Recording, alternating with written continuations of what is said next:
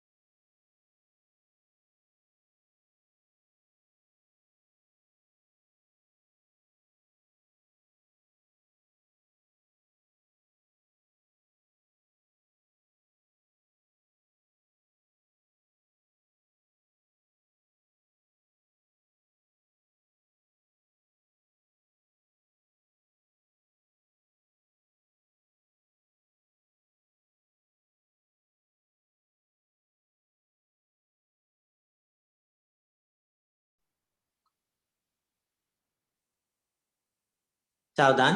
नमो अरिहंताणं नमो सिद्धाणं नमो आयरियाणं नमो वज्रायाणं नमो लोहे सवसाहुनं वन्दितु सवसिद्धे धूवमचलं मनों गतिं तपते वोच्छामि समये पाहुर्मिणमो सुधकेवली पणिदम् नमः समासाराय स्वानुभूत्या चकासते चित्तस्वभाव भावाय सर्वभावान्तरचिते।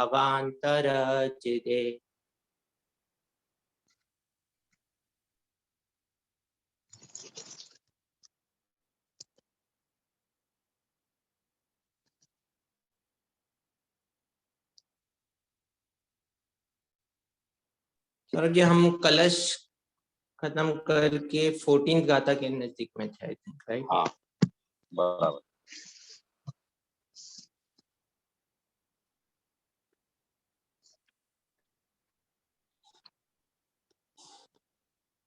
आई थिंक हमारे ये 10वां कलश जो है वो कलश का 10वां जो गाथा ये करनी है और यहाँ से फिर 14th पे फिर से आना है।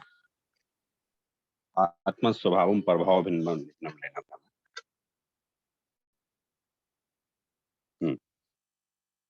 देखिए हमारा प्रकरण यहाँ चल रहा है पूर्व रंग में समय सार आचार्य कुंदकुंद के द्वारा लिखित,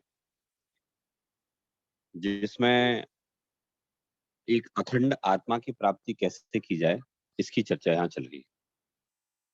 देखिए हम लोगों ने 9 नंबर का छंद जो पढ़ा उसमें निक्षेपों के चक्र विलय ने नहीं जन्म थे और प्रमाण के भाव अस्त हो जाते भाई। देखिए जिनागम को समझना बहुत सूक्ष्म है और कठिन भी है, इतना सरल नहीं है। सूक्ष्म इसलिए है क्योंकि यहाँ उन लिखित शब्दों का भाव समझना कठिन है, जिसे भाव भाषण बोलते हैं, कि उन शब्दों का भाव भाषण होना और उसकी विवक्षा समझना, उसकी अपेक्षा समझना कठिन कार्य है।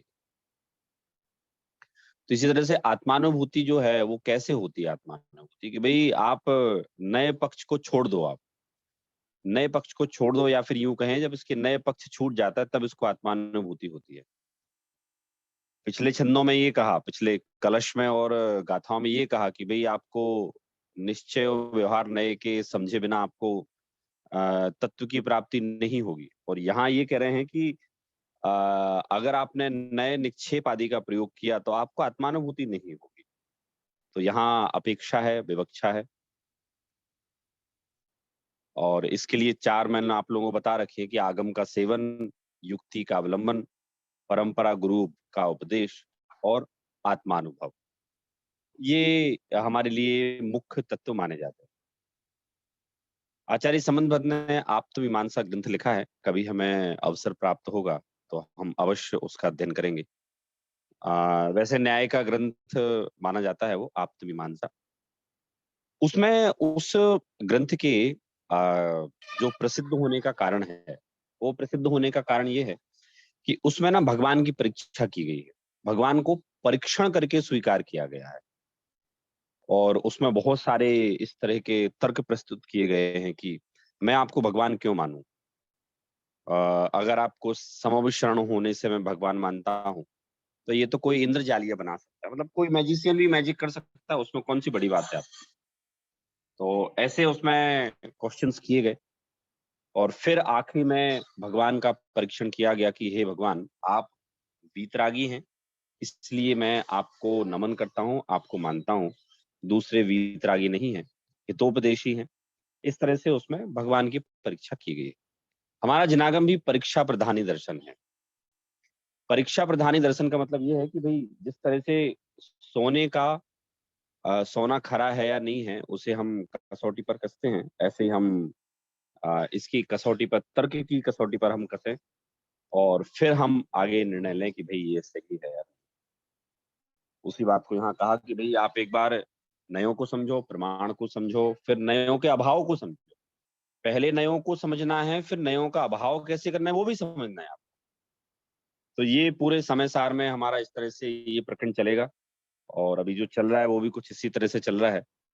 आप लोग कृपया किसी प्रकार का कोई संदेह ना रखें, और कि ये कभी आचार्य कुछ कह रहे हैं, कभी कुछ कह रहे हैं, वहाँ नए अपेक्षा से बात कर रहे हैं।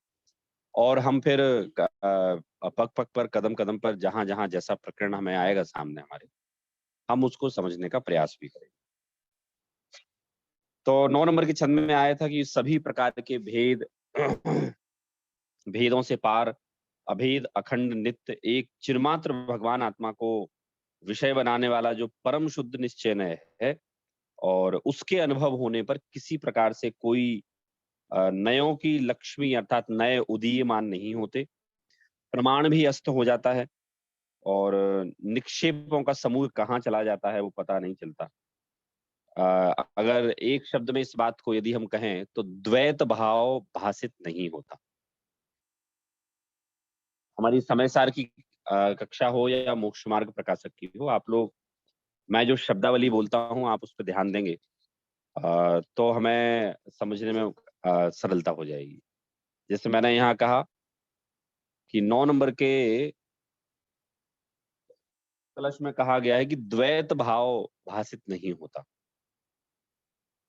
तो यदि आपको उस शब्द का अर्थ समझ में नहीं आता तो आप पूछ सकते हैं। बाकी जब तक आप द्वैत भाव नहीं समझेंगे, तो फिर मैं क्या कहना चाहता हूँ यहाँ, वो समझ में नहीं आएगा। तो द्वैत भाव से तात्पर्य दोपना, भिन्नपना, मतलब मैं कर्म वाला जीव हूँ, मनुष्य हूँ, ये द्वैत भाव हो जाता है। मैं शुभ भाव का करता हूँ, ये द्वैत भाव हो जाता है। यहाँ कह रहे हैं अद्वैत, मतलब कोई दोपना नहीं है।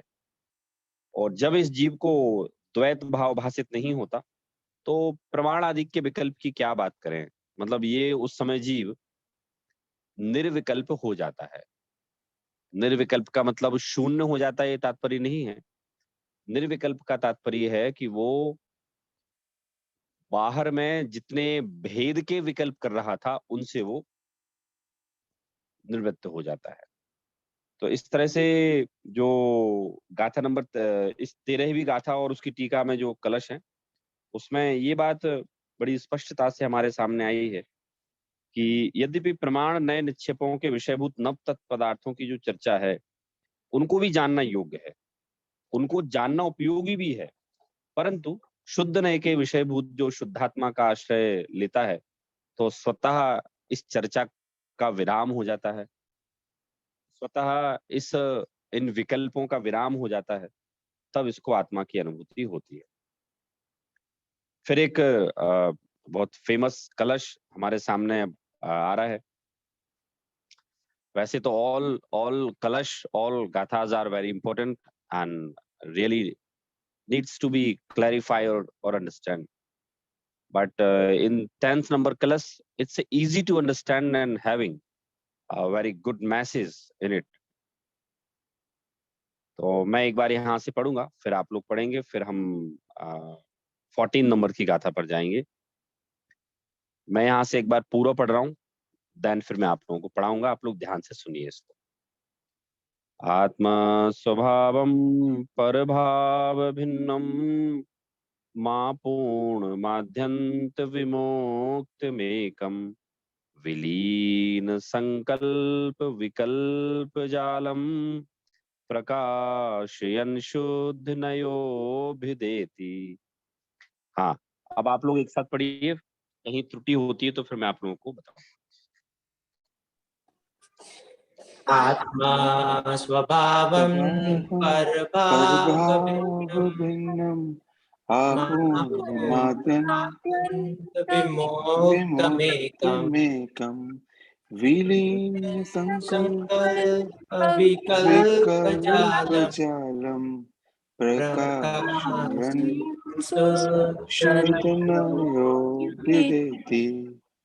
हाँ, मैं यहाँ से एक बार फिर पढ़ता हूँ, आप लोग ध्यान से सुनिए। आत्म स्वभावम परभाव भिन्नम परभाव भिन्न मां पूर्ण माध्यंत विमुक्तमेकम विलीन संकल्प विकल्प जालम प्रकाशयन शुद्ध नयोभिदेति। अब इसका क्या मतलब है? आत्मा स्वभावम परभाव भिन्नम, इन मात्र इन 4 शब्दों में पूरा जनागम आ गया। आत्मा का स्वभाव पर भावों से भिन्न है। आत्मा का स्वभाव कैसा है? पर भावों से भिन्न है। पर भावों का प्रवेश आत्मा में नहीं है। आप लोग ये बात सदैव याद रखिए समय सार पढ़ते समय कि हम पूरे विश्व का, पूरे जनागम का सबसे प्योरेस्ट ग्रंथ पढ़ रहे हैं। प्योरेस्ट ग्रंथ से तात्पर्य कि जो सीधे सीधे लक्ष्य की बात करती है, जो सीधी परम पारिणामिक भाव की बात करती है। यद्यपि हम किसी नए से या संयोगी अवस्था की अपेक्षा से हम मनुष्य हैं, कोई स्त्री है, कोई पुरुष है, कोई धनवान है, निर्धन है, शुभ कर्म का उदय है, अशुभ कर्म का उदय है, लेकिन समय सार बात ये करता है, मेरा आत्मा का स्वभाव पर भावों से भिन्न है, पूरा भिन्न है। उसमें कहीं किसी प्रकार से भी कोई पदार्थ से मेरी एकता नहीं है। वैसे समय सार एक बार पढ़ने की वस्तु नहीं होकर it will require multiple reading, deep reading and study.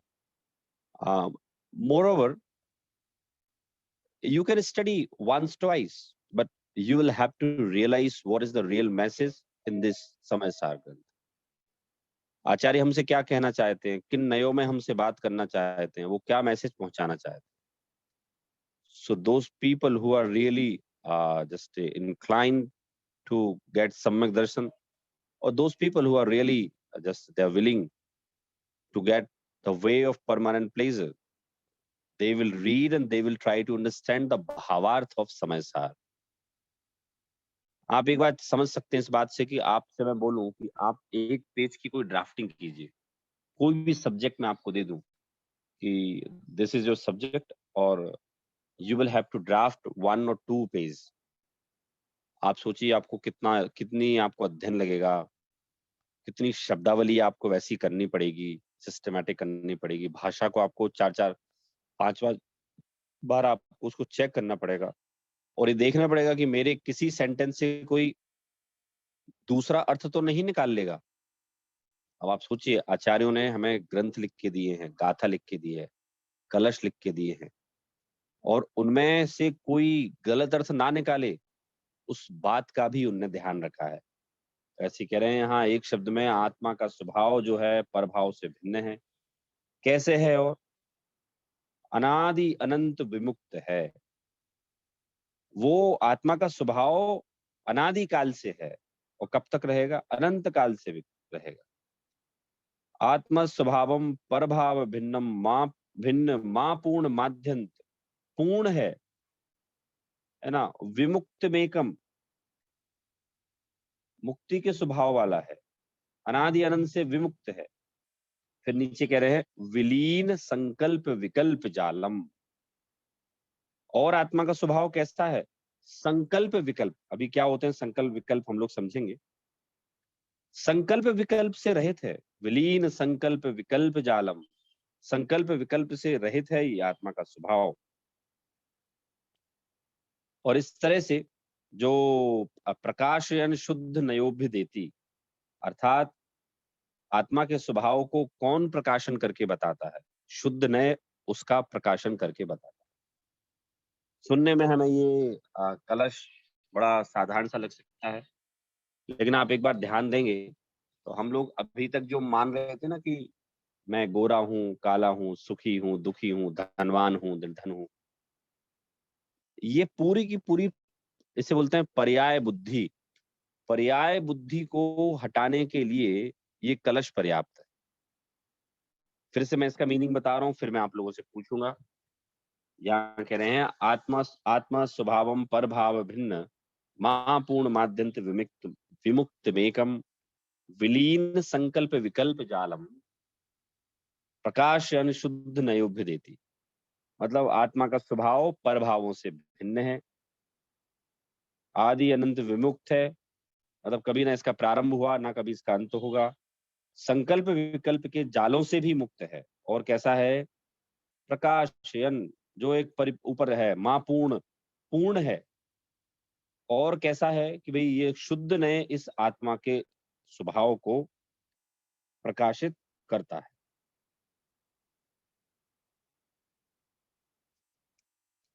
हाँ, तो पढ़िए, एक बार पढ़िए आप लोग फिर से इसका संस्कृत में।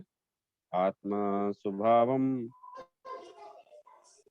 आत्मा स्वभाव स्वभावं परिभाव भिन्नम मा पूर्णिमाद्यंत विमोक्तमेकम् मोक्षमेकम् विलीन संकल्प विकल्प जालम प्रकाशयन शुद्ध नयोभ्युदेति। हाँ देखिए, दो शब्द हैं यहाँ, संकल्प और विकल्प। तो आप लोग चाहें तो आप लोग नोट डाउन भी कर सकते हैं, मैं इनकी आपको डेफिनेशन बता रहा हूँ। संकल्प की परिभाषा क्या है? तो जो द्रव्य कर्म, भाव कर्म, नौ कर्म आदि पुद्गल द्रव्यों में अपनत्व स्थापित करना संकल्प है। मतलब मैं द्रव्य कर्म वाला हूँ, भाव कर्म वाला हूँ, नो कर्म मतलब ये शरीर आदि वाला हूँ मैं। तो द्रव्य कर्म, भाव कर्म, नो कर्म आदि पुद्गल द्रव्यों में अपनत्व स्थापित करना संकल्प है। अब विकल्प क्या है? तो विकल्प है ज्ञेयों के भेद से ज्ञान में भेद ज्ञात होना, वो विकल्प है। मैं मति ज्ञान वाला हूँ, मैं शुद्ध ज्ञान वाला हूँ, मैं वो केवल ज्ञान वाले हैं, वो अवधि ज्ञान वाले हैं। ऐसे ज्ञेयों के भेद से ज्ञान में भेद ज्ञात होना, वो कहलाता है विकल्प। परंतु शुद्ध आत्मा, जो शुद्ध नय का विषयभूत भगवान आत्मा कैसा है? संकल्प विकल्प इन दोनों से रहित है। संकल्प अर्थात द्रव्य कर्म, भाव कर्म इस मान्यता से रहित है और ज्ञान के भेदों से भी रहित है। आत्मा तो एक अखंड ज्ञान स्वभाव वाला है, उसमें कोई भेद स्वीकार नहीं है। क्यों? क्योंकि मैं संकल्प विकल्प दोनों से रहित हूं। संकल्प अर्थात नौ कर्म, द्रव्य कर्म, भाव कर्म, विकल्प अर्थात ज्ञान के भेद, इन सब से रहित हूं मैं, परिपूर्ण हूं और किसी प्रकार से मुझ में कोई कमी नहीं है। अब जब मैं सब लोगों को बोलता हूँ कि भाई जनागम ये बोलता है कि आप में किसी प्रकार से कोई कमी नहीं है, तो लोग बोलते हैं नहीं स्वरूप जी, अभी तो मेरे जीवन में बहुत कमियां हैं और उन कमियों को कैसे दूर किया जाए यही सोचता हूँ। और समय सार में तो लिख रहे हैं कि भई आप तो माँ पूर्ण मतलब पूर्ण हो आप तो। हाँ, कुछ नहीं जी, कुछ पूछना चाहते हैं? आपने हाथ उठाया था।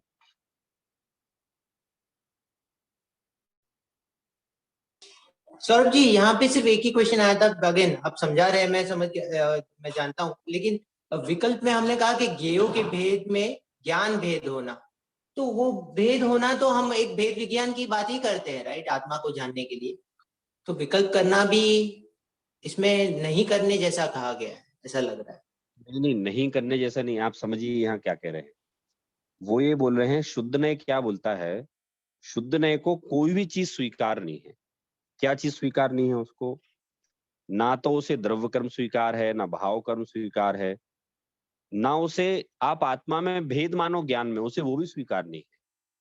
शुद्ध नय क्या बोलता है? आप इन सारे संकल्प और विकल्प इन दोनों से रहित हो आप ऐसा अनुभव करो, मैं अखंड शुद्ध तत्व हूं, मुझ में कोई भेद नहीं है, ज्ञान का भेद भी मुझ में नहीं है। तो ये पहले ही मैंने आपको क्लैरिफाई किया था कि ये शुद्ध नय बोल रहा है मेरी दृष्टि से आत्मा ऐसा है। हाँ सौरभ जी, अब समझ में आया, बराबर, ठीक है। ये बहुत अच्छे से, अगेन जो जो आचार्य कुंदकुन देव ने समय सार में लिखा है वो कहीं नहीं पढ़ने मिलेगा, वो बहुत ही सही बात है। यानी अभी तो और रहस्य खुलेंगे धीरे धीरे, मतलब धीरे धीरे जैसे जैसे अपन पढ़ेंगे ना तो रहस्य अभी खुलेंगे और फिर जब नेक्स्ट टाइम आप लोग खुद स्टडी करेंगे तो आपको पता चलेगा अरे ये तो स्किप हो गया था, ये तो पढ़ने में आया ही नहीं हमारे। और इस क्वालिटी का कॉन्फिडेंस दिलाता है हमें समय सार कि हमारी अनादि काल की जो मान्यता थी कि मुझ में तो बहुत कमियां हैं, वो सारी मान्यता को दूर करने के लिए समय सार एक चमत्कारी औषधि से कम नहीं है। महापूर्ण कह रहे ना, परभाव भिन्न माँ पूर्ण माध्यम मैं पूर्ण हूँ, मैं पूर्ण हूँ, मुझ में कोई कमी नहीं है, मुझ में कोई भेद नहीं, मैं स्त्री नहीं, पुरुष नहीं, कोई पर्याय वाला नहीं, मैं तो एक शुद्ध द्रव्य हूँ, ऐसा समय सार कह रहा है और ये 10वें नंबर के कलश में ऐसा कहा है। You know what the problem we face in our day-to-day life on mental level? Problem is that we do not consider ourselves that we can also just attain godhood or we can also realize our soul. Usually on the basis of our current kshayupsam or on the basis of current knowledge, what we think that मैं तो अभी मूर्ख हूँ, मुझे तो कुछ आता ही नहीं, मैं तो देखो कैसे मन में विकार आ जाते हैं, देखो कैसे मन में विचार आ गए, ये नहीं आने चाहिए। और यहाँ आचार्य अमृतचंद कह रहे हैं आप इन सारी चीजों से रहित हो, ऐसा फील करो अपने आप को।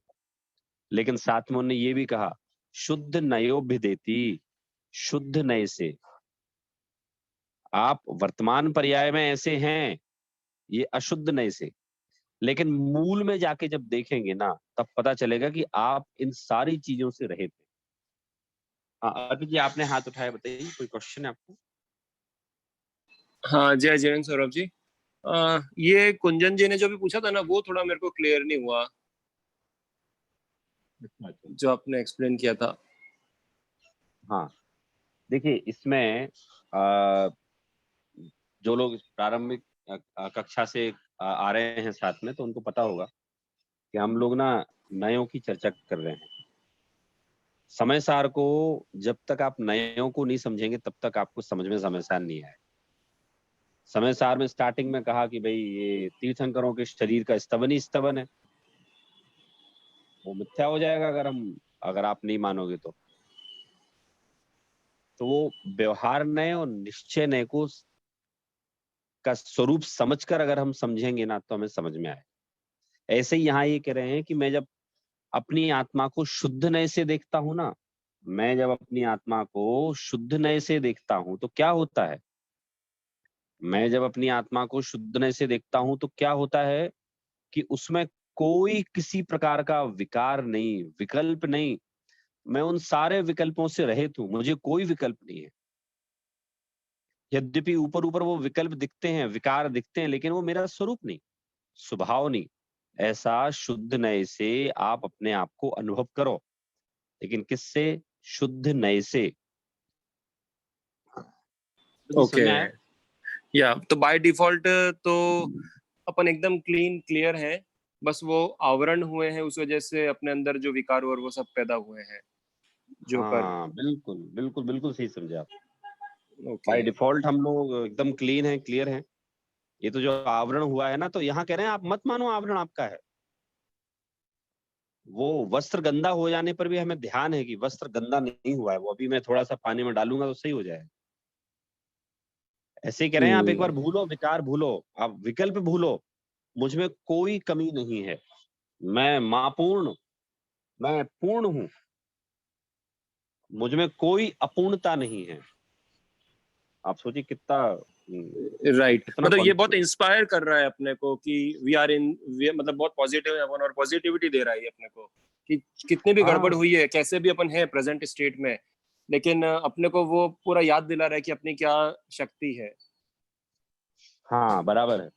देखिए जब तक आपको अपने स्वभाव का श्रद्धान नहीं होगा तब तक आप उस स्वभाव की प्राप्ति कैसे कर पाएंगे?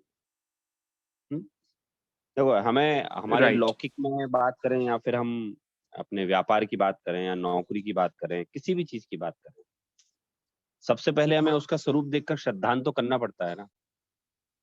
अगर आप अपनी आत्मा का श्रद्धान नहीं करेंगे शुद्ध रूप में तो आप उस शुद्ध आत्मा को कैसे प्राप्त कर पाएंगे? राइट हमने स्कूल में पढ़ा, कॉलेज में पढ़ा, हमें जो प्रोफेसर्स ने, शिक्षकों ने जो पढ़ाया, तो हमें उन पे कितना विश्वास था, ये जो पढ़ा रहे हैं सबसे ही पढ़ा रहे हैं। तो उस विश्वास के कारण से आज हम लोग यहाँ हैं। अपन पढ़ गए, कोई व्यापार कर रहा है, कोई जॉब कर रहा है, कोई दूसरी फील्ड में है। अब आप स्टार्टिंग से उनकी बात पे क्वेश्चन मार्क लगा देते आप, नहीं नहीं नहीं नहीं, ये सही नहीं है, कुछ गड़बड़ कहा है, मैं रीचेक करूंगा, तो मेरे ख्याल से अपन पास ही नहीं हो पाते। एस टी आचार्य यहाँ कह रहे हैं कि आप ऐसे हो, एक बार श्रद्धांत तो करो, आप ऐसा विचार तो करो, आप ऐसे हो। अगर आप ऐसा विचार नहीं करोगे तो आप कभी अपने आप को प्राप्त ही नहीं कर सकते। राइट, मतलब ये एलिजिबिलिटी करा रहे हैं अपने को, बोध करा रहे हैं उसका कि मतलब अपन भी कर सकते हैं और अपन बाय डिफॉल्ट अच्छे ही थे, तो ये बहुत इंस्पायरिंग है मतलब।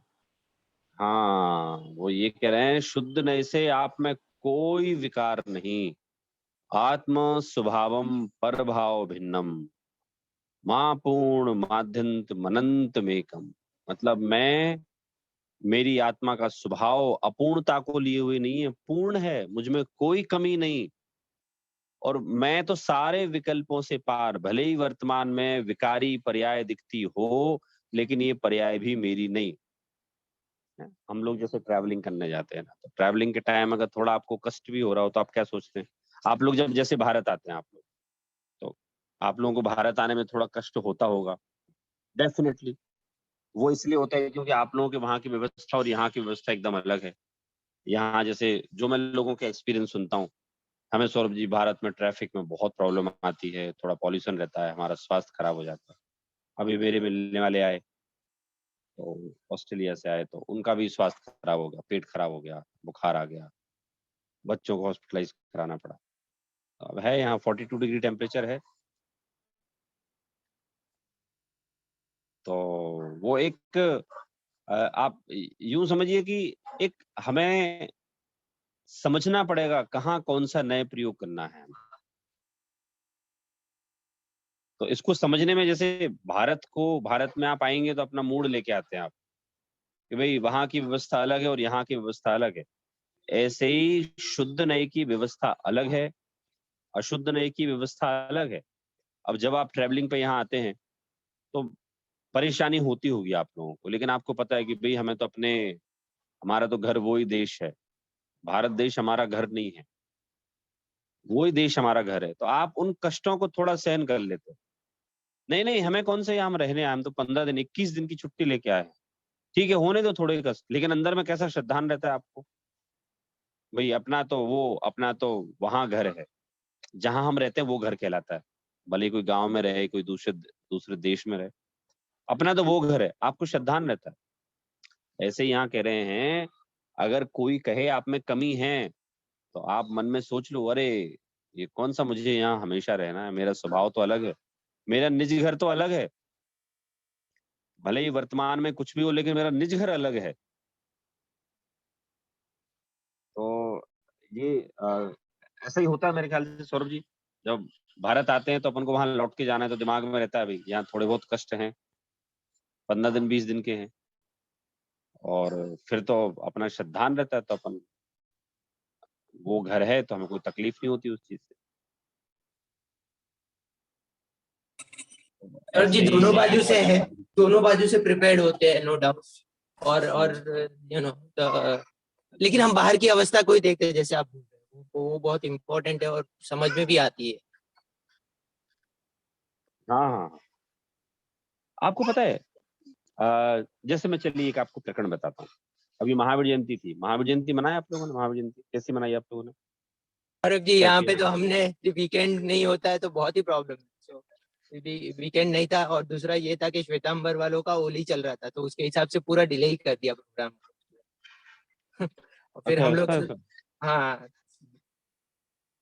तो अभी डेट्स के हिसाब से अभी नेक्स्ट वीक ही करेंगे हम तो यहाँ पे, बिकॉज ये सब दूसरा सब चल रहा अभी है। नहीं मनाई? राइट। आप लोग इंदौर में होते तो मैं आपको बताता, यहाँ इस बार करीब महावीर जयंती के जुलूस में 1 लाख लोग थे। वाह। 1 लाख। और पूरा शहर ऐसा लबालब जैनियों से भरा हुआ था, और ऐसा लग रहा था कि चौथे काल में ही है, इतने जैनी थे। बहुत अच्छी था।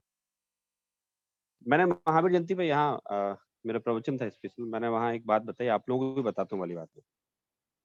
पता है, हम लोग जितनी गहराई से हमें तत्व की खोज करना चाहिए ना, समझ पैदा करना चाहिए, वो हम नहीं कर पाते। कारण कुछ भी हो सकता है, समय नहीं मिलता, प्रमाद है, बुद्धि नहीं, कोई पूर्वाग्रह है, कुछ भी कारण हो सकता है। तो चलिए मैं आपका थोड़ा-सा ध्यान ना निमित्तोपादान के सिद्धांत की ओर दिलाता हूँ। हमें सदैव क्या लगता है कि हमेशा हम ना निमित्त को देखते हैं। हम अपने आप को सुखी-दुखी होने का कारण निमित्त मानते हैं कि भई अगर ऐसा निमित्त होगा तो हम सुखी होंगे या दुखी होंगे। लेकिन सिद्धांत तो ये है कि उपादानगत योग्यता जिसकी होती है, तो उसके कार्य को संपन्न कराने में जो सहायक होता है उसे निमित्त बोलते हैं। क्योंकि कार्य की संपन्नता में दोनों की आवश्यकता है, उपादान की और निमित्त की। मैं यहाँ आप लोगों को ना उपादान को मुख्य करके बता रहा हूँ मैं आप लोगों को। तो चलिए हम भगवान महावीर की बात सुनते हैं कि भगवान महावीर की आदिनाथ भगवान के काल में, मतलब भगवान महावीर के जीव का आदिनाथ भगवान के काल में क्या प्रोफाइल था, सुनिए आप लोग। प्रोफाइल ये था कि दादाजी का नाम आदिनाथ, लॉर्ड आदिनाथ, पिताजी का नाम चक्रवर्ती भरत, चाचा का नाम कामदेव बाहुबली। मतलब ये तो तीन इतने सॉलिड जो सबसे निकट के रिश्ते कहे जाते हैं, चाचा, पिता और दादा। इतनी सॉलिड प्रोफाइल मारीची के जीव की, पूरा घर धार्मिक, जिनके दादाजी की दिव्य ध्वनि सुन रही खिर रही, समस्त संसार इंद्र से, मतलब मनुष्यों से लेके इंद्र तक के समस्त लोग जिनके दादा के उपदेश को सुनने आ रहे हैं, कई लोग मुनि बन रहे हैं, मोक्ष जा रहे हैं, और वो ही मारीची का जीव उसी उपदेश को सुन के भ्रष्ट हो गया, अन्य मतों की स्थापना की। कितने अच्छे निमित्त थे बोलो आप मुझे। अगर निमित्तों की बात करेंगे तो वहां कौन सी कमी थी बोलिए। सुनने पे हमें भी ऐसा लगता है कि हाँ बात तो सही है। अब चलिए अब आते हैं अपन भगवान महावीर के 10वें भाव में आते हैं, मतलब यहाँ से 10 भाव बाद वो मोक्ष जाएंगे। तो 10वां भाव है शेर की पर्याय में। शेर की पर्याय में क्या है उनके पास? कोई एडुकेशन नहीं, कोई शिक्षा नहीं, कोई रिश्तेदार नहीं, दादाजी की प्रोफाइल तो दूर, पिता का भी पता नहीं समझ लो। भाई त्रिंचों में तो कोई पिता का पता नहीं होता ना, तो वो शेर का पिता का पता नहीं, प्रोफाइल तो क्या बनाएंगे अपन।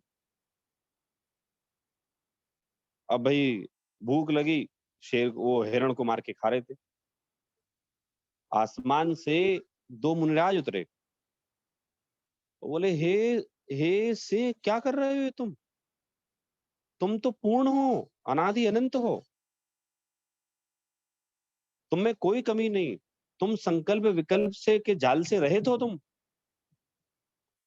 हम अभी विदेश क्षेत्र से भगवान की दिव्य ध्वनि सुन के आ रहे हैं, तुम इस भरत क्षेत्र के 24वें तीर्थंकर होने वाले हो, अपना स्वभाव तो पहचानो एक बार। ऐसी भविष्यवाणी की गई और उनको समझाया गया और शेर को समझ में भी आ गया। अब आप सोचिए अगर हम निमित्तोपादान के प्रिंसिपल को यहाँ अप्लाई करें और देखें, तो हमें एक बात क्लेरिफाई होगी कि जब निमित्त बहुत अच्छे दिख रहे थे तब कुछ नहीं हुआ, और आज निमित्त के कोई चांसेस नहीं थे, और आज उनको धर्मोपदेश मिला। तो इस सिद्धांत से यही सामने आता है कि जब जिस जीव की जैसी योग्यता होनी होती है ना, उपादानगत योग्यता, तो उसको निमित्त वैसे मिलते हैं। हमारी मान्यता पता क्या है? हमारी मान्यता ना निमित्ताधीन है। हम क्या सोचते हैं, बाहर की जब सब चीजें अनुकूल रहेंगी तो हम बहुत सुखी हो जाएंगे। मैं केवल जैसे मैं आप लोगों से बात करता हूँ, आप लोग वहां रहते हैं, करीब करीब सारे जो अपने जहां जहां जैनी है उन सारे देशों में कहीं ना कहीं पहचान है, तो सबसे बात होती है। कल एक लंदन से आए थे हमारे मिलने वाले डॉक्टर थे, वो आए थे, तो उनसे भी ऐसा एक्सपीरियंस सब शेयर किया, पूछा। ऑस्ट्रेलिया से भी रेगुलर आ रहे हैं, सब जगह। तो मेरी थोड़ी सी रिसर्च करने की, पूछने की आदत है, तो मैंने कल उनसे पूछा, मैंने कहा आप एक बात बताइए, आपको कितना समय हो गया वहां गए? बोले 25 साल। मैंने तो वहां से आने का क्या विचार है? तो बोले वहां से आना बहुत मुश्किल है। मैंने कहा क्यों, कारण क्या है? सब यही सेंटेंस बोलते हैं, वहां से आना बहुत मुश्किल है। तो उन्होंने थोड़ा सोचा 2 मिनट, फिर वो बोले कि वहां से आना इसलिए मुश्किल है कि हम लोगों के दिमाग में एक चीज फिट हो गई, यहाँ लाइफ बहुत इजी है और ये सब चीजें ना सुख के साधन है। ये जो जो इजीनेस है ना, सरलता है यहाँ काम में, लाइफ में, ऑटोमाइज है, तो हमें ऐसे लगता है कि हमारे सुख का यही कारण है और जहां जहां ये रहेगा वहीं सुखी रह सकते हैं। क्योंकि भारत में ऐसा नहीं है इसलिए हम सुखी नहीं रहेंगे, ऐसी मेरी मान्यता है। तो मैं जो भी हमारे मिलने वाले होते हैं, आप लोगों से तो खैर मैं सर्वे लेते ही रहता हूँ, लेकिन जो भी कोई नया आता है तो मैं जानने का प्रयास करता हूँ कि भाई धारणा है क्या। तो मैंने कहा फिर मैं ये मान लूं आपकी आपकी दृष्टि निमित्ताधीन है। स्वाध्याय थे अपने, वो स्वाध्याय थे, रेगुलर स्वाध्याय करते। बोले हाँ आप मान सकते हैं कि हमें ऐसा लगता है कि बाहर में ये सब रहेगा तो हम सुखी रहेंगे और अगर ये बाहर में नहीं रहेगा तो हम सुखी नहीं रहेंगे। और वो मान्यता मुझे समझ में आ रही है कि वो गलत है। क्योंकि इन सब के होने के बाद भी हमारे यहाँ यूके में बहुत लोग दुखी हैं, बहुत ज्यादा दुखी हो, थोड़े बहुत नहीं। तो अब आप लोग मुझे बताइए, सुख का संबंध काय से है? किसी निमित्त से है कि हमारी अंतरंग की मान्यता से? सुख और दुख का संबंध काय से है? सौरभ जी बताइए आप, सुख और दुख का संबंध काय से है? सौरभ जी, है तो सुख और दुख का संबंध है तो अपनी मान्यता से ही। अ, आपने जो बताया कि उपादान जब रेडी होता है तो घटना घटती है। तो मतलब है तो ऐसा ही कि हमारे अंदर ही सुख है, लेकिन मतलब डे टू डे में लगता है हमको ऐसा है कि बाहर में जो चीजें हो रही हैं उससे हमको सुख हो गया या दुख हो गया। और पर सौरभ जी, एक चीज ये भी है कि मतलब ये समझ में तो आता है कि उपादान से सुख है, अंतर में सुख है, पर ऐसा एक्सपीरियंस कर पाना लगता है मुश्किल है बहुत। हाँ हाँ, ये मतलब अभी मतलब कितना भी हम्म, हाँ हाँ, बोलिए बोलिए। मैं जैसे saying कि मैं आपसे बोल भी रहा हूँ, लेकिन दिन में भी कुछ चीजें ऐसी होती हैं अगर आज मेरे साथ में कि कुछ अच्छा हो गया, कुछ बुरा हो गया, कुछ कुछ न्यूज़ सुन ली, तो उससे ही मन में विचार अच्छे बुरे हो जाएंगे, दुखी सुखी हो जाता हूँ मैं। तो हाँ बराबर है। देखिए जैसे मैंने आपको बताया ना, महावीर जयंती का आप लोगों को बताया ना, वहाँ इंदौर में 1 लाख लोग थे। मुझे मतलब आप मेरी मेरी खुशी आप लोग माप नहीं सकते हैं। मैं कितना खुश था। और आप लोगों को आश्चर्य होगा, टेम्परेचर 43 डिग्री, 43 डिग्री टेम्परेचर, ठीक है। और पीपल डेंसिटी इतनी कि किसी के बीच में से हवा भी पास नहीं हो, इतनी डेंसिटी लोगों के खड़े रहने की। क्योंकि छोटे सी जगह में 1 लाख लोग आए तो वो तो डेंसिटी तो रहेगी ना। मैं मतलब मैं मेरे सबसे प्रसन्नता का मोमेंट था वो। लेकिन कोई और के लिए वो दुखी मोमेंट हो जाता, अरे कहाँ से फंस गए, क्या है भाई, मैं क्यों खुश हो हम्म, रहा था। ऐसे कली काल पंचम काल में जहाँ पाप का बोलवाला है, जहाँ मांसाहार का बोलवाला है, हिंसा का बोलवाला है, ऐसे समय में अगर मैं 1 लाख लोगों को जिंदेव की शोभा यात्रा ले जाते देख रहा हूँ, 43 डिग्री टेम्परेचर में सड़क पे खड़े हुए देख रहा हूँ, और भगवान महावीर का सब जगह नाम वहां गुंजायमान हो रहा है, तो मैंने कहा इससे ज्यादा खुशी के क्षण क्या हो सकते हैं। किसी के लिए वो दुख का मैटर हो सकता था। पूरा पूरा जो है ना, हमारे ज्ञान के द्वारा मान्यता का गेम है पूरा का पूरा। तो जैसे अभी सौरभ जी ने बताया कि वो ठीक है, वो उसको स्वीकार कैसे करें, हम ये समझ लेते हैं स्वीकार कैसे करें, तो इसे बोलते हैं कि हमारी पर्याय बुद्धि है एक्चुअली में। पज्जय मूढ़ा परसमया, पर्याय बुद्धि है। अभी हम लोग समझ रहे हैं ना 10 नंबर का कलश, क्या कहा यहाँ, आत्म स्वभावम पर भाव भिन्न, मां पूर्ण, मैं पूर्ण हूं, कोई कमी नहीं। But in spite of just getting instruction from our acharya, we are not ready to accept the fact Even since last 13 minutes, I'm repeating this sentence. आत्मा स्वभावम परभाव भिन्नम, माँ पूर्ण, पूर्ण हूं मैं, कोई कमी नहीं मुझ में. But it is not easy to accept. The reason behind it, किसी चीज को जैसे भाई हम लोगों का आपस में साधारण वात्सल्य बहुत, ऐसे मैं यूएस में काफी लोगों को जानता हूँ. मैं कुछ लोगों के नाम भूलता रहता हूँ. सिंपल साहब बोलते सौरभ जी भूल गए आप हमें. मैंने कहा आप मुझसे रोज नहीं मिलते हैं, अगर हफ्ते में एक बार ही मिले तो मुझे आपका नाम याद रहे. हमारा आपस में साधारण वात्सल्य अच्छा है. क्यों अच्छा है? क्योंकि हम हर संडे करीब करीब, आप लोग जितने लोग हैं, थोड़े बहुत कोई गैप हो जाए तो हो जाए, बाकी आप लोग रेगुलर हर संडे हम लोग बात करते हैं. मुझे याद रहता है, आपको भी मैं याद रहता हूँ, मुझे भी आप लोग याद रहते हैं. ऐसे हम कहते हैं ना जब सौरभ जी की हम एक्सेप्ट नहीं कर पाते हैं तो कैसे करेंगे? हम मिलते ही नहीं है, मतलब वो हम कल का किया हुआ भोजन भूल जाते हैं. तो फिर अगर हम स्वाध्याय नहीं करेंगे रेगुलर, अगर हम उसका निरंतर चिंतन नहीं करेंगे तो भूलना तो स्वाभाविक प्रक्रिया है. तो अगर हमें ये बात सदैव याद रखनी है कि मेरा आत्मा का स्वभाव पर भावों से भिन्न है, मैं परिपूर्ण हूँ, अनादिकाल से हूँ, अनंत काल तक रहूंगा और मुझ में कोई कमी नहीं. मैं तो शुद्ध नय की दृष्टि से देखा जाए तो सारे संकल्प विकल्प के जाल से भी रहित हूँ. अब कितनी बढ़िया बात है, बोलो कितना मोटिवेशन दे रहे हैं ये. तो एक्सेप्ट कब होगा? जब हम निरंतर इस बात को सोचेंगे कि बात सही तो है. जो पूर्व काल में सिद्ध हो गए हैं, जो पूर्व काल में अरिहंत हो गए हैं, सिद्ध हो गए हैं, वो कैसे हुए? इसी विधि से तो हुए ना, कि कोई और दूसरी विधि अपनाई उनने. जब सब लोग इसी विधि से सिद्ध हुए हैं और केवल एक यही विधि है सामने, तो फिर मुझे भी इसी विधि को अपनाना है. ऐसा विचार करें हम कि हमें भी इसी विधि को अपनाना है. कौन सी विधि को?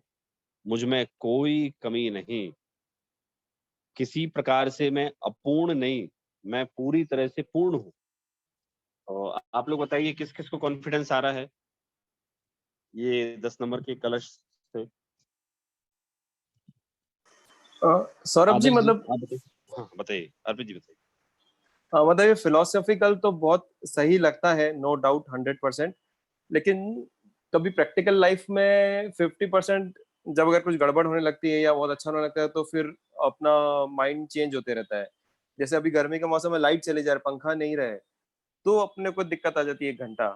तब फिर मतलब ऐसा क्या ड्राइव इम्पोर्टेंट फैक्टर है जिससे अपने को हमेशा ये इसका बोध रहे, और जो छोटे मोटे कष्ट हो वो अ, उसके आगे वो कुछ नहीं लगे. तो ऐसा कोई मोस्ट ड्राइविंग फैक्टर क्या हो सकता है? हाँ बढ़िया. देखिए, अच्छी बात पूछी अर्पित जी ने. देखिए, मैं आपको एक बात बताता हूँ. जैसा कि मैं आप लोगों को बताया था, मैं ज्योतिषी भी हूँ, ज्योतिष जानता हूँ मैं, है ना. पूरी बात सुनिए आप लोग ध्यान से. कैसे ज्योतिषी हूँ कि कहीं बाहर जाता हूँ, जब मैं 10 लक्षण में गया, कहीं गया, तो सब लोग बैठते हैं, समाज के लोग. भारत में तो पॉपुलेशन खूब है और मिलने वालों का स्नेह बहुत रहता है. तो शाम को आके प्रवचन के बाद या दोपहर में बैठ ही जाते हैं. तो ऐसे ऐसे मनोविनोद में मैं उनका हाथ देख लेता हूँ. तो मैं सब लोगों को एक कॉमन लक्षण बताता हूँ. आप बहुत शॉर्ट टेम्पर्ड हैं, आपको गुस्सा बहुत जल्दी आता है. तो सब लोग बोलते हैं, हाँ सौरभ जी, गुस्सा बहुत जल्दी आता है मेरे को, कैसे जाए, उपाय बताया आप मेरे को. तो फिर मैं उनको उपाय बता देता हूँ कि ये शास्त्र है, आप ये पढ़ो, जब खत्म हो जाए फिर आप मेरे से दूसरा मांगो, और अभी जब तक मैं हूँ आप इससे रोज पढ़ो, इससे आपका गुस्सा कम हो जाएगा. तो वो 2-4 दिन बाद आते हैं मेरे पास, हाँ सौरभ जी, गुस्सा सही में कम हो गया, और अब मुझे गुस्सा नहीं आ रहा है, कोई कुछ कहता है तो फिर मैं उनको ये रहस्य बताता हूँ कि हमारे उपयोग को, अगर वस्तु की व्यवस्था निरंतर पता चलती रहे, अगर हमारे उपयोग को वस्तु की व्यवस्था निरंतर ज्ञात होती रहे ना, तो हमारा उपयोग अर्पित जी व्यवस्थित रहता है. ऐसे ही हम जब ये पढ़ते रहेंगे ना रेगुलर, रोज पढ़ेंगे, समझेंगे, सुनेंगे कि मैं सारे संकल्प विकल्प जालों से रहित हूँ मैं, विलीन संकल्प विकल्प जालम, मैं मुझ में कोई कमी नहीं, तो ही तो हमें याद रहेगी ना। कारण क्या है कि राइट, मीन्स प्रैक्टिस हमको रेगुलर करना होगा स्वाध्याय की, और जैसे जैसे हम स्वाध्याय करेंगे हमारा कॉन्फिडेंस श्रद्धान बढ़ेगा, तो वो जो दूसरी बहुत छोटी छोटी चीजें हैं वो उसको हम फिर भूलते चले जाएंगे, जो भी छोटे नेगेटिव या जो भी चीजें हैं हाँ बिल्कुल ये उस पर बराबर है, इतना ध्यान नहीं।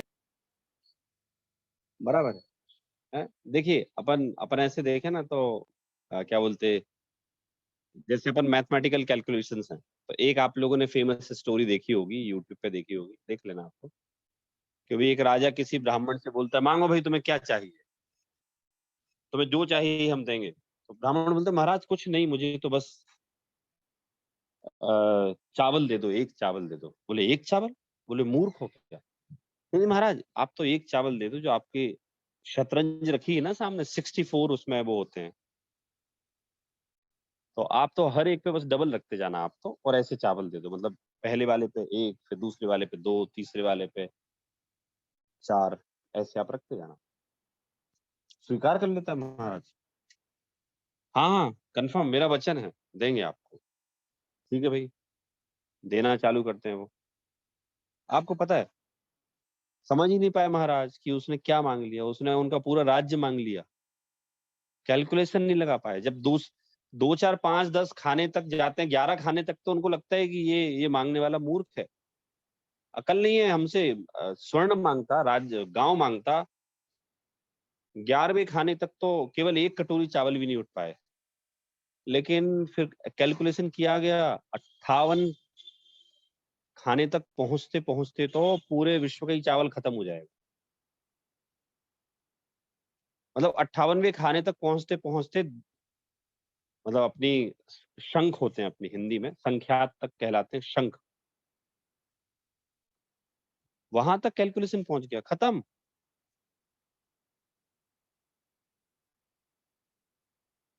तो कोई दूरदृष्टि नहीं ना, अंदाज नहीं लगा पाता कि भाई 64 खाने तक अगर उसने डबल मांगा है तो क्या होगा।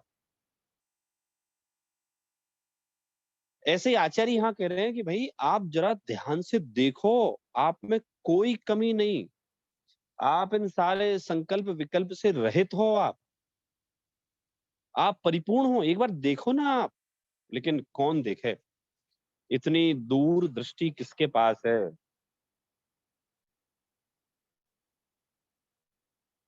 और भी जी समझ में आया ये? जी सौरभ जी बिल्कुल।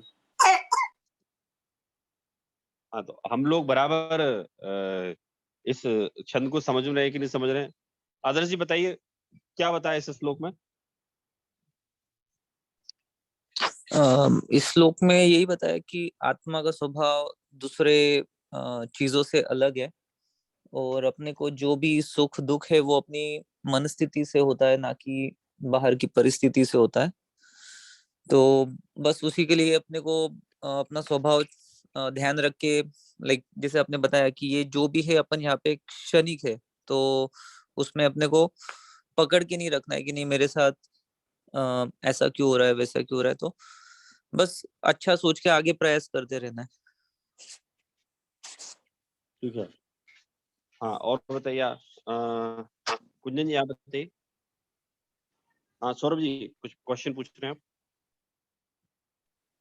सर जी एक क्वेश्चन था, आपने बताया उपादान कारण क्या, निमित्त कारण क्या, एक और वर्ड सुनने में आता है आश्रयभूत कारण। तो ये आश्रयभूत इतना, कारण। हाँ, ये वाला क्लियर नहीं है कि आश्रयभूत कारण हाँ, क्या होता आश्रयभूत है। कारण में निमित्त को ले लेते हैं अपन कि भाई उस कार्य का आश्रय क्या है। तो वैसे तो कोई भी कार्य को संपन्न होने में दो आश्रयभूत कारण होते हैं, निमित्त और उपादान, मतलब जिसके आश्रित वो काम होता है। तो जो जो स्थूल दृष्टि वाले होते हैं वो बोलते हैं केवल निमित्त से ही कार्य होता है, निमित्त ही सब कुछ है, उससे ही कार्य होता है, निमित्त के आश्रय से होता है। लेकिन मूल बात यह कि जब इस जीव की उपादानगत योग्यता होती है तो निमित्त स्वतः मिलते हैं। उस कार्य को संपन्न होने में जो सहायक होता है बहिरंग से, उसे निमित्त बोलते हैं। तो वो बिना समझ लो इसके आश्रय के, आश्रयभूत कारणों के वो कार्य संपन्न कैसे होगा, यहाँ इस प्रकरण में ये है। सर जैसे एग्जाम्पल दिया था आपने भगवान महावीर का कि शेर की पर्याय में है और मुनिराज आए, तो इसमें क्या होगा आश्रयभूत कारण? इनकी उपादानगत योग्यता है ना, इनकी उपादानगत योग्यता ही कारण है कि निमित्त को आसमान से आना पड़ा कार्य को संपन्न कराने के लिए। मूल कारण, मूल आश्रय कौन से कारण का है? तो मूल आश्रय तो उपादान कारण का है ना। देखिए मैं सबको समझाता हूँ, जैसे अभी इंदौर में काफी लोग जो माता पिता आते मेरी क्लास में, उनके बच्चे बड़े हो रहे हैं, वो मेरे से पूछने आते पर्सनली कि सर क्या करें, बोलो बच्चे को कहाँ भेजें। तो सब जगह के सजेशंस आते हैं, सर हम सोच रहे बाहर भेज दें, या अपन इंदौर से बाहर भेजें, तो कौन से शहर भेजें, क्या पढ़ने में। तो मैं बोलता हूँ पहले तो आप एक चीज अपनी करेक्ट करके रखिए। अगर आपकी ऐसी मान्यता है कि कोई दूसरे शहर का निमित्त होगा, दूसरे देश का निमित्त होगा, उससे हमारा बच्चा सुखी रहेगा या ज्यादा कमाएगा, वो मान्यता आप त्याग दीजिए। आपको ये मानना पड़ेगा कि आपके बेटे की उपादानगत योग्यता में जितने धनाधिक का योग होगा, सुख का योग होगा, उतना कहीं भी मिलेगा उसको। मैंने कहा मैं आपको कोई ये नहीं बोल रहा आप वहां बाहर मत भेजो, भेजो वो आप, लेकिन आपने चूंकि मेरे से पूछा तो मैं आपको जनागम का सिद्धांत बता रहा हूँ कि इस मान्यता को त्याग के भेजना आप। नहीं सर वो शहर अच्छा है, हम तो वहां भेज रहे हैं। मेरा ये स्पष्ट मानना है on the basis of observation and experience. बड़े स्कूल कुछ नहीं होते अगर हमारे बच्चों की उपादानगत योग्यता अच्छी ना हो पढ़ने में, तो बड़े स्कूल किसी अज्ञानी को ज्ञानी नहीं बना सकते। ये एक श्लोक है, कौन से ग्रंथ में मैं भूल गया, मैं एक श्लोक है ये वाला कि कोई किसी की उपादानगत योग्यता ना हो तो कोई किसी अज्ञानी को ज्ञानी नहीं बना सकता और ज्ञानी को अज्ञानी नहीं बना सकता। तो वहां जो शेर की पर्याय में बात है ना, वो उनकी महावीर के जीव की उपादानगत योग्यता पक जाने पर निमित्तों को तो आसमान से उतरना पड़ा। सौरभ जी 2 क्वेश्चन है मुझे। यानी एक चीज आप ये कह रहे हैं, यानी जब, यानी मैं शायद गलत समझी हूँ, पर यानी जब जो चीज होनी होती है वो हो जाती है, is that what you are trying to say कि हाँ, दिस इज ये राइट है एकदम। लेकिन यहाँ मेरे कहने का तात्पर्य जो प्रकरण है हमारा, वो ये रिलेशन है कि जब इस जीव की उपादानगत योग्यता पकती है, तो उपादानगत योग्यता मतलब मूल कारण, तो बाहर के वैसे संयोग सारे मिल जाते हैं। तो जब हम ये कहते हैं कि जो हमें अपने आप में कॉन्फिडेंस रखना चाहिए और जो बाहर की चीज है उसके बेस्ड पे कोई डिसीजन नहीं लेना चाहिए, राइट? बिल्कुल, हमें बाहर के निमित्तों में व्यग्र नहीं होना चाहिए। तो मतलब फिर हम क्या करते हैं पता है? हाँ, नहीं तो फिर हमें पता कैसे चलेगा कौन सी चीज सही है और कौन सी गलत, और क्या नेक्स्ट स्टेप क्या होना चाहिए? क्योंकि जो भी रूल्स वगैरह बनाए वो हम नहीं बनाए, और वो हम रूल्स के हिसाब से चलते हैं कि चलो ये ऐसा करेंगे तो ये सही होगा और वैसा करेंगे तो गलत होगा। तो अगर हम वो सारे रूल्स को हम कहे कि वो सब बाहरी चीज है, वो हमें उसे फॉलो करने की जरूरत नहीं है, तो हम राइट या रॉन्ग और नेक्स्ट स्टेप कैसे लें? नहीं, लेकिन उसके बाद भी हम जो रूल्स बनाते हैं उन चीजों को फॉलो करते हैं, तो क्या हमारा 100% एग्जीक्यूशन हो जाता है क्या? वैसा का वैसा नहीं होता है। अब जो हो गया वो कैसे होता है वो सुन लीजिए। भाई उस काम को होने की योग्यता थी, तो होने की योग्यता थी तो उस समय वो निमित्त कहलाया। उस कार्य को होने की योग्यता थी, आप ऐसे समझ लीजिए कि किसी व्यक्ति के पुण्य का उदय है, ठीक है? तो पुण्य मतलब जनरली हम लोग अपने लौकिक जीवन में क्या सीखते हैं फ्रॉम आवर पेरेंट्स और from our society, that if you want to earn money, so you will have to put more and more effort. You will have to be very honest and dedicated in your office or in your business, then you can earn money. हम ये rule जानते हैं और होता भी वैसे ही है। लेकिन फिर भी in spite of all these rules following, there are many people they are not earning money. हम कारण खोजने जाते हैं तो पता चलता है कि जो कम कमा रहा है ना वो पूरे रूल्स को फॉलो कर रहा है बट पैसा नहीं आ रहा उसके पास, और एक व्यक्ति है जो रूल को कम फॉलो कर रहा है लेकिन उसके पास पैसा ज्यादा आ रहा है। तो यहाँ ये बात आती है कि उसके पुण्य के उदय रूप उपादान जो कारण है ना, वो पुण्य के उदय रूप उपादान कारण मिलने से बाहर के निमित्त उसको सहयोगी होके काम करा देते हैं। लेकिन एक व्यक्ति की भाई उसकी पुण्य का उदय नहीं उसके पास। हम कहते हैं ना ये तो कि भाई जैसे एक पिता ने भाई 2 लड़के थे, उनको दोनों को बराबर धन देके अलग कर दिया, लेकिन 10 साल बाद क्या हुआ, एक बेटा बहुत अमीर हो गया, एक गरीब रह गया। गरीब रह गया मतलब जो था वो भी चला गया या उतना ही बना रहा। बड़े भाई ने अपने छोटे भाई की मदद करने की प्रयास किया कि भैया देखो, चूंकि तुम्हारे पास है लेकिन मेरे पास बहुत ज्यादा हो गया और मैं चाहता हूं तुम मेरी बराबर के उस पे आ जाओ। छोटा भाई स्वाध्याय करता था, उसने क्या बोला, भैया पिताजी ने तो हम दोनों को समान अकल दी, समान पैसा दिया, लेकिन आप मेरे से आगे निकल गए और मैं वहीं रह गया। इसका तात्पर्य मेरे भाग्य में ही उतना है ना, आप दे दोगे फिर चला जाएगा। तो उपादानगत योग्यता हम क्यों चर्चा कर रहे हैं, क्योंकि हमारे आत्मा में हम जो बात करी ना अभी हमने कि भी मैं पूर्ण हूं, तो अगर आप निमित्तों की अपेक्षा देखोगे ना, बाहर के संयोगों की अपेक्षा, तो आपको पता चलेगा कि हमसे बुरा तो कोई है ही नहीं।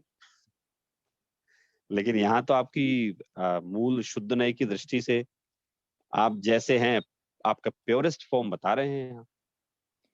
पर वैसे आप कह रहे हो तो अगर समझो वो भाई ने उसे पैसे देने की ट्राई की, तो वो भी शायद उसका निमित्त ही होगा कि अभी उसका शायद अच्छा होने वाला होगा। पर अगर वो उसे भी डिक्लाइन कर देता है, तो फिर वापस से वो उसका जो खराब टाइम चल रहा है या जो भी कम कमाने का टाइम चल रहा है, वो कंटिन्यू हो जाता है। नहीं तो किया ना, वो मतलब ये तो मैं एक कैसे? लाइव घटना बता रहा हूँ जो बताई मैंने, किया ना। जो ऑर्डर्स उसको मिलने वाले थे उसने उन क्लाइंट से डेलिबरेटली बोल के, जानबूझ के बोल के, भाई मुझे मत दो, मेरे भाई को ऑर्डर दो, उसे पता नहीं चलना चाहिए। लेकिन उसके बाद भी जो ऑर्डर्स इसको मिलके बहुत फायदा होता, उल्टा उसको घाटा हो गया। तो वो अपन उपादानगत योग्यता पे अगर विश्वास ना करें, जैसे मैं आप लोगों को बताता ना ऑलवेज कि भाई हम प्लेन में बैठते हैं, प्लेन में हमें क्या लगता है, पायलट जो है ना गॉड है, क्योंकि भाई ये अभी हमारे जीवन का, ये इसके हाथ में है जीवन। लेकिन जिनागम तो ये बोलता है कि हमारा आयु कम रहेगा तो हम बचेंगे, भले ही कितना एक्सपर्ट पायलट हो, कुछ भी हो, लेकिन हमारा आयु कम रहेगा तो हम हर जगह जीवित रहेंगे, भले ही हम ट्रेन से जाएं, प्लेन से जाएं, पैदल जाएं। और आयु कर्म नहीं हो तो हमारी फील्ड के एक फंड मैनेजर थे, 2006 2015 की बात, वो यूएस आ रहे थे आपके वॉरेन बफेट से कोई मीटिंग अटेंड करने, पराग पारिक करके। तो उनको प्लेन में अटैक आ गया, जबकि वो तो बहुत बड़े आदमी, मतलब उनकी फैमिली आज भी बहुत बड़ी, बहुत पैसे वाली। तो क्या उन्होंने चेकअप नहीं कराया होगा क्या? प्लेन में वो तो फर्स्ट क्लास में बैठे होंगे और कोई प्रतिकूलता भी नहीं थी, कोई कारण भी नहीं था। लेकिन अब आयु पूरी हो गई ना, आयु पूरी हो गई तो कुछ भी कह लो अब उसको कि भाई प्लेन ने टेक ऑफ किया तो उनका हार्ट का प्रेशर कम हो गया और वो प्रॉपर उनको ऑक्सीजन नहीं मिल पाई, इसलिए डेथ हो गई। लेकिन अल्टीमेटली आयु कर्म खत्म हो गया तो डेथ हो गई उनकी। तो मतलब ये है कि जो करना है वो तो हमने करना ही है। मैंने जो भी हम डिसीजन लेना चाहते हैं, अगर समझो कोई वो बाहर गाँव जाके पढ़ना चाहता है, उसके बेटे को तो फिर भी भेजे अगर उनको लगता है तो। पर एक्सपेक्ट ना करे कि वहाँ जाके सब ठीक होगा जैसे उन्होंने सोचा है। हाँ, अब आपने सही पॉइंट पकड़ा, बिल्कुल, बिल्कुल सही पकड़ा। मैं तो देखो, जैसे आप लोगों से पर्सनलाइज बात होती है, मेरी तो सारे देशों में होती है, तो मैं बोलता हूँ बड़े सुखी होंगे आप उधर। अरे नहीं सौरभ जी, आप भारत वालों को लगता है हम यहाँ सुखी होंगे। ऐसा नहीं है। वो सुख दुख मुझे समझ में आया कि जो जहाँ रहे हो, जिसके उदय में जहाँ जितना सुख दुख है, उतना सुख दुख उसको वहां मिलेगा, भले ही अपन बहिरंग में कितनी अच्छी व्यवस्था हो। है ना, भारत में तो बहुत बहुत अमीर लोग हैं, वहां भी है, यहाँ भी है, अपने जैन कम्युनिटी में तो बहुत बहुत पैसे वाले हैं, लेकिन they are in more more trouble. हम लोग तो समझ लीजिए मिडिल क्लास लोग हैं, अपन सब लोग मिडिल क्लास लोग, वो ज्यादा परेशानी में है। तो अगर हम पैसे को सुखी होने का कारण माने, तो वो लोग सुखी होना चाहिए ना ज्यादा। सुख सुविधाएं हैं उनके पास, घर में 7 ड्राइवर, 30 नौकर, 20 या 25 गाड़ियां हैं, और सैकड़ों एकड़ की जमीन, कहाँ कहाँ प्रॉपर्टी है, कितना क्या, कुछ नहीं पता, उनको भी नहीं पता। उनके सीए ये सब काम कर देते हैं। लेकिन फिर भी, अरे क्या बताएं सौरभ जी, बहुत दुखी हूं मैं, क्या करूं, कोई बताओ जरा इसको। तो मैं कहता हूँ क्या दुख है आपको? अब बस आप नहीं समझोगे, पैसे से सुखी नहीं होते हैं। मैं आपको कैसे समझाऊं? मैं कहता मैं समझ गया, आप मत समझाओ।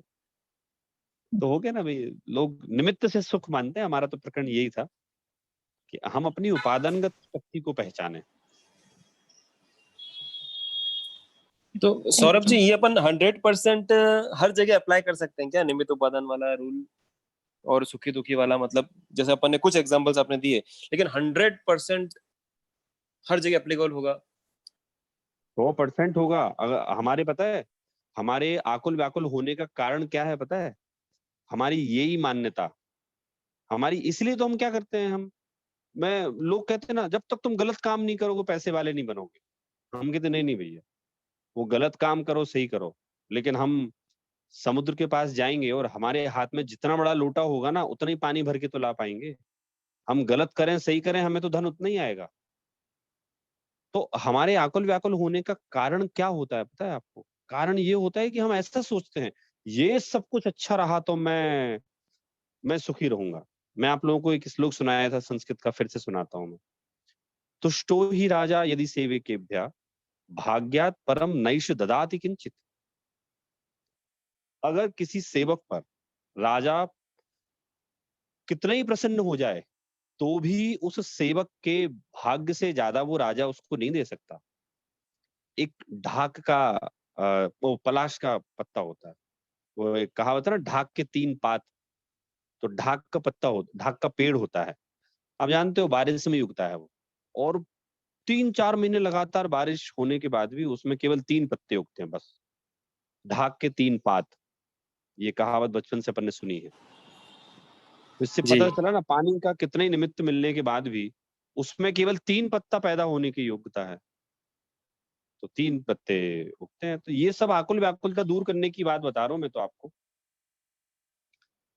कि हम जो निरंतर आकुल व्याकुल रहते हैं ना, निमित्तों में व्यग्र रहते हैं हम। तो वो तो फिर आप इस बात को, दूसरा पहलू एक ये भी हो सकता है, आपकी जैसी होनहार होनी होती है, फिर आप वैसे वहां काम करने लगते हो। बुरी होनहार हो तो वैसा, और अच्छी होनहार हो तो वैसा।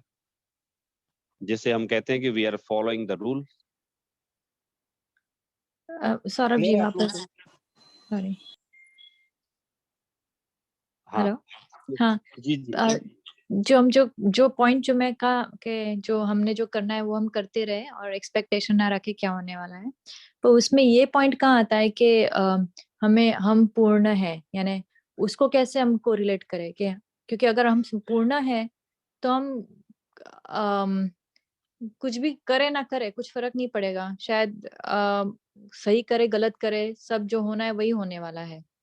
यानी मुझे वो हाँ कनेक्शन नहीं समझ में आ रहा है कि हम क्यों करते हैं हर चीज सोच सोच के, क्योंकि हमें लगता है नहीं नहीं नहीं हमने ये कमी है इसलिए हमने ये करना चाहिए, अगर ऐसे करेंगे तो आगे जाके हमें ये फल मिलेगा। अगर हम पूर्ण है तो हम उस डायरेक्शन में जाए, तो कैसे पता चले कौन सा स्टेप सही, नेक्स्ट स्टेप क्या लेना है? हाँ हाँ, बहुत बढ़िया, बहुत अच्छा क्वेश्चन किया आपने ये। देखिए, इसमें ऐसा है कि जैसे आप लोग तो फ्रीक्वेंटली जॉब चेंज करते रहते हो, आप लोगों के यहाँ का सिस्टम नहीं मालूम। हमारे यहाँ सिस्टम कैसा है कि you will have to submit notice for 1 month. छोड़ने के लिए आपको 1 मंथ का नोटिस देना पड़ेगा, then you can just leave the office of premises. अब अपन ऐसा मानते हैं कि कोई बहुत हाई पोजीशन पे कोई व्यक्ति है जो कि जॉब छोड़ रहा है, कहीं और ज्वाइन कर रहा है, या यूं समझ ली परमानेंट वो जॉब छोड़ रहा है। किसी को नहीं पता, केवल चेयरमैन को और उस व्यक्ति को पता है। समझ लो उस कंपनी का सीईओ है वो, केवल चेयरमैन, एमडी और सीईओ को पता है। सारे ऑपरेशंस बिल्कुल वैसे के वैसे चल रहे हैं। कोई बिल आया उसके पास पास होने के लिए, उसने चेक किया, उसने कहा भाई ये तो एक्सेसिव एक्सपेंस हुए हैं, ये नहीं, ये बिल पास नहीं कर पाऊंगा मैं। उस व्यक्ति को पता था कि भाई ये ने रिजाइन दे दिया, ये जाने वाले हैं। सर आप तो जाने वाले, कर दो ना। नहीं, ऐसा नहीं होता है। मैं जब तक इस पद पे हूं ना, मुझे इस ड्यूटी का पूरी तरह से मुझे पालन निर्वहन करना पड़ेगा ईमानदारी से। यद्यपि उसे अंदर में विश्वास है, 1 महीने बाद मैं यहाँ नहीं रहूंगा, अब ये मेरा ऑफिस नहीं है, लेकिन फिर भी वो 1 महीने तक पूरा वैसा ही काम करेगा, किसी को पता भी नहीं चलेगा। तो कुछ इसी तरह से हमारा है, अंतरंग में हमारा श्रद्धांत तो यही है कि मुझ में कोई कमी नहीं, मैं परिपूर्ण हूँ। मैं इस लोक का नहीं हूँ, मुझे तो पंचम गति में जाना है, लेकिन फिर भी जो 1 महीने का नोटिस पीरियड है, तो उस नोटिस पीरियड में काम तो करना पड़ेगा। भले ही अरुचि पूर्वक करो आप, लेकिन काम तो करना पड़ेगा। और फिर कर्म भूमि का मैं आप लोगों को व्यवस्था बताई ना, कर्म भूमि में व्यवस्था ऐसी ही है।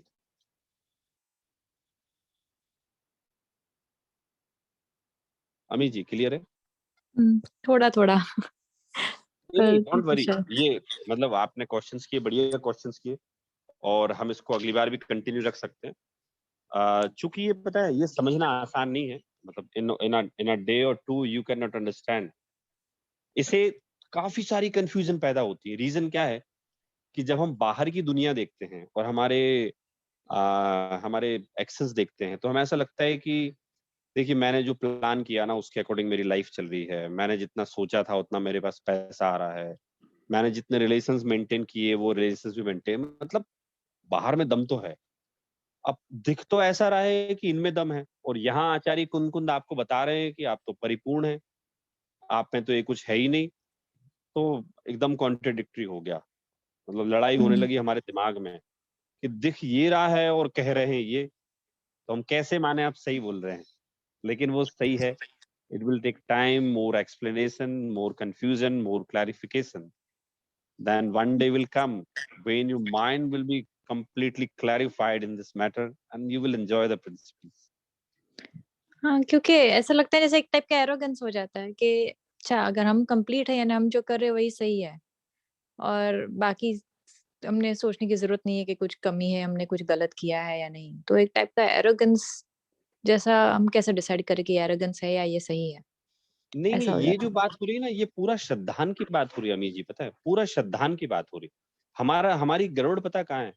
हमारी गड़बड़ ना श्रद्धान के लेवल पे तो है ना, हमारी मान्यता गलत है।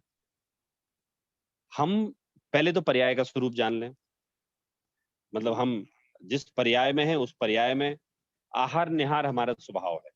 आहार भी करेंगे और निहार भी होगा, ये स्वभाव है हमारी पर्याय का। भाई कर्म भूमि में है, पैसा कमाना पड़ेगा, शरीर को चोट लगेगी, बुखार आएगा, दवाई खानी पड़ेगी, ये स्वभाव है इस पर्याय का। तो पहले पर्याय का स्वभाव पहचान लिया, फिर हमने अपने मन को संतोष पहुंचाएगी, भाई आप क्यों ज्यादा चिंता कर रहे हो, इतने खेद परिणाम करने की आवश्यकता क्या है। केवल खुद को समझा रहे हैं हम श्रद्धान कर रहे हैं कि क्यों खेद परिणाम करते हो, आपका तो ये स्वभाव ही नहीं है, आपका तो ये स्वरूप ही नहीं है। और सौरभ भी जी, बहुत अपन सारे इसमें सॉरी सौरभ जी, ऐसा कुछ बोलिए। अपन सर्वे कर सकते हैं, ऐसा कुछ हुआ है हिस्ट्री में कि अपन ने 1 लाख 10 लाख अलग अलग डिफरेंट कंट्री के, डिफरेंट कास्ट के, डिफरेंट एज के लोगों पे सर्वे किया हो अपना जो ग्रंथ है उनका, और सबके रिजल्ट मतलब जिनवाणी के हिसाब से ही आए हो, तो अपना श्रद्धान और मतलब एकदम पक्का हो जाए कि नहीं, ये तो 100% जो जिनवाणी बोलती है वैसा ही है। जैसा कैसा कैसा सर्वे बताइए। मतलब हर प्रिंसिपल्स पे सर्वे हुआ हो, जो भी थियरम्स है अपनी, 100% जो भी आपको पता है गाथाएं है। हुआ नहीं, मतलब हम हर व्यक्ति एक्सपीरियंस कर रहे हैं उस चीज का, पता है, प्रत्येक व्यक्ति एक्सपीरियंस कर रहा है। अपन लोग तो जैसे आप लोग वहां रहते हैं, यूएस में रहते हैं, मैं यहाँ इंदौर में रहता हूँ, बड़ा शहर है, कुछ दिल्ली में रहते हैं, बॉम्बे में रहते हैं। लोगों को मैं क्या सर लगता बॉम्बे है में रहता पैसा हूँ, हम ही, हाँ। हाँ, लोगों को क्या लगता है हम पैसे ही कमाते हैं, हम पैसा हम ही कमा रहे हैं। अरे आप एक बार गांव में जाके देखो, गांव में भी बिलीनियर लोग हैं, और यू विल नॉट बिलीव कि उनके पास कितना धन है,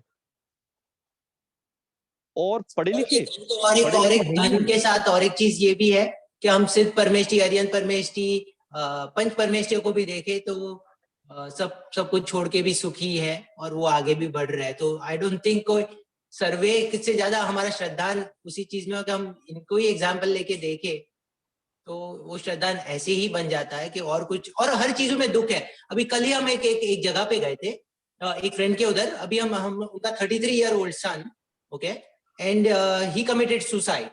What he had everything, सब कुछ यहाँ यूएस आई फैमिली, उसके मॉम डैड यहाँ पे है, सब लोग brother family wise everything good, Tesla 3 नई कार ली, व्हाटएवर, बट सब कुछ ठीक है, लेकिन दुख कहाँ से है वो दिखता ही नहीं है, पता ही नहीं क्या हुआ, he did suicide. So it's very hard. It's वो समझना. तो यहाँ हम लोग जो कह रहे हैं ना कि मैं पूर्ण हूँ, ये उसी मान्यता को सही करने की तो बात कर रहे हैं ना. जब किसी का धन चला जाता है तो लोग क्या कहते हैं, अब तो मेरा जीवन खत्म, अब मैं क्यों जीऊं. यहाँ कह रहे हैं भाई धन से तुम्हारी सत्ता नहीं है, तुम तो पूर्ण हो, अनादिकाल से शुद्ध हो, और तुम्हारे उदय में अगर धन होगा तो कहीं से भी आएगा, चिंता मत करो. लेकिन जिसने धन को ही अपना जीवन मान रखा है, संयोगों को जीवन मान रखा है, तो वो तो सुसाइड करेगा ना. इंडिया में भी रोज होती है ऐसी सुसाइड. राइट. और उपादान वाला जो प्रिंसिपल है, निमित्त वाला, वो अपन अपनी लाइफ में भी एक्सपीरियंस कर सकते हैं कि बहुत सारी चीजें ऐसी हुई है जिसमें अचानक से कुछ कोइंसिडेंटली चीज हो जाती है, तो वो अपन बोल सकते हैं कि हाँ डेफिनेटली वो उपादान से ही हुआ है, और निमित्त तो बस बाय चांस मिल गए. मतलब वो अपन अपनी लाइफ से बहुत ज्यादा रिलेट कर सकते हैं. बहुत सारे इंसिडेंट हर एक की लाइफ में हुए होंगे, चाहे वो कॉलेज एडमिशन को लेके हो, चाहे मैरिज को लेके हो, या बहुत सारी और भी चीजें हो सकती है इंपॉर्टेंट. रोज ही होते हैं, प्रतिदिन हम लोग वो एक्सपीरियंस करते हैं.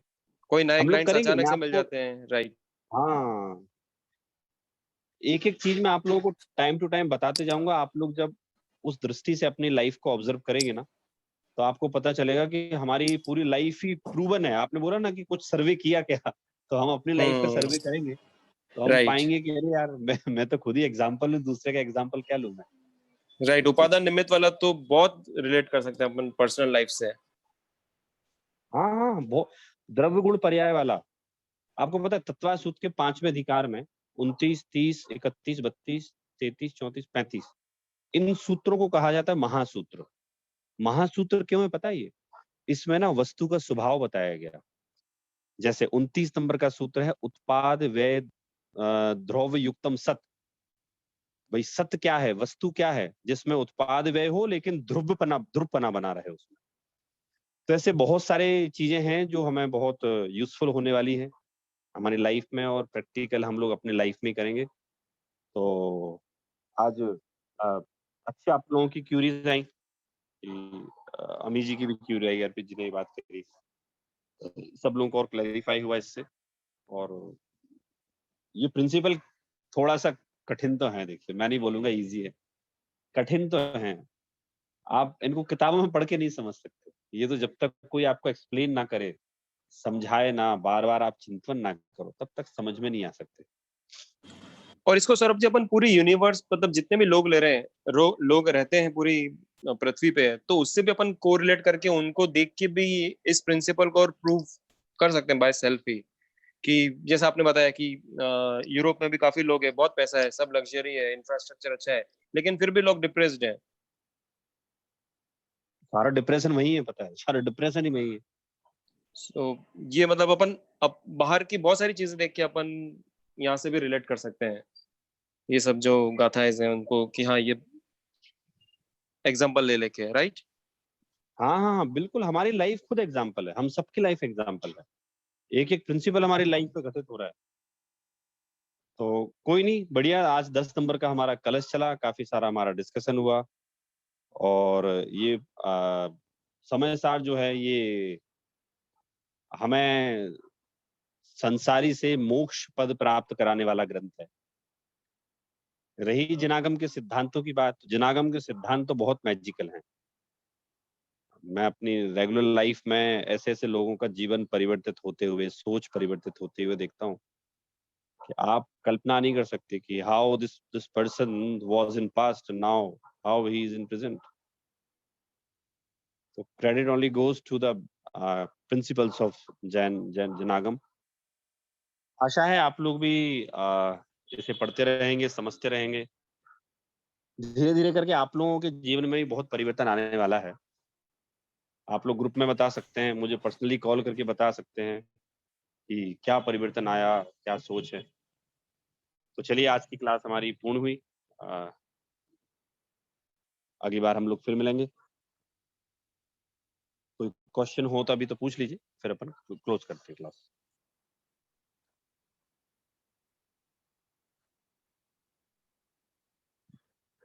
चलिए जिनवाणी स्थिति लेते हैं। जन निज में बताई यह अनंत उपकार के लिए जनवाणी माँ को वंदना सत बार है, वंदना सत बार है। सभी को जय जिनेंद्र। और अगेन जितने भी क्वेश्चंस हो क्लास के पहले भी थोड़ी डिस्कस करने हो तो 5-10 मिनट होती है हमारे पास, तभी भी डिस्कस करेंगे, या फिर जब भी आपको क्वेश्चंस आए keep on putting in the group, contact करें।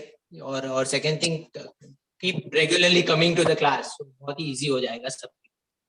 ठीक है, हाँ जय हाँ, जिनेंद्र दूसरों को सभी भी लाइए। देखिए ये गोल्डन मोमेंट चल रहा है हम लोगों का। वैसे इस चीज को पढ़ाने वाले बहुत कम है ही नहीं, ना के बराबर है दुनिया में। और इसको जब तक पर्सनलाइज ना समझा जाए तो समझ में आना मुश्किल है। तो आप लोग, आपके जो पुण्य का उदय है आप लोगों का, उसका लाभ लीजिए। आप लोग पढ़ के आइए, करते हैं डिस्कस अपन नेक्स्ट टाइम मिलते हैं। और ड्यूरिंग द वीक यही है कि जब कोई इंसिडेंट हो या वो उसको एक्सपीरियंस और उसको जैनिज्म के लेवल से देखो, मतलब वो भी एक पर्सपेक्टिव बनते जाता है धीरे धीरे धीरे। हाँ, ये बहुत अच्छा आइडिया है कि अपन मतलब जो भी एक वीक में एक्सपीरियंस होता है तो उसको कोई शेयर करे, अगर एक एक्सपीरियंस भी, तो अपने को बहुत रिलेट करने को इजी होगा फिर।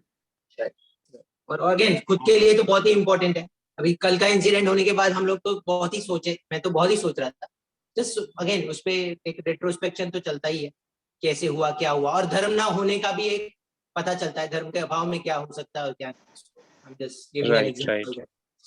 राइट। मैं देखिए एक बात खत्म करता हूँ। जैसे मैं आज की क्लास में बात चल रही थी, तो यहाँ की क्लास में जैसे अब चलती रहती सर, तो फिर तो समाज को बहुत सुधारने की आवश्यकता है, लोगों को बहुत अवेयर करना पड़ेगा घर घर जाके।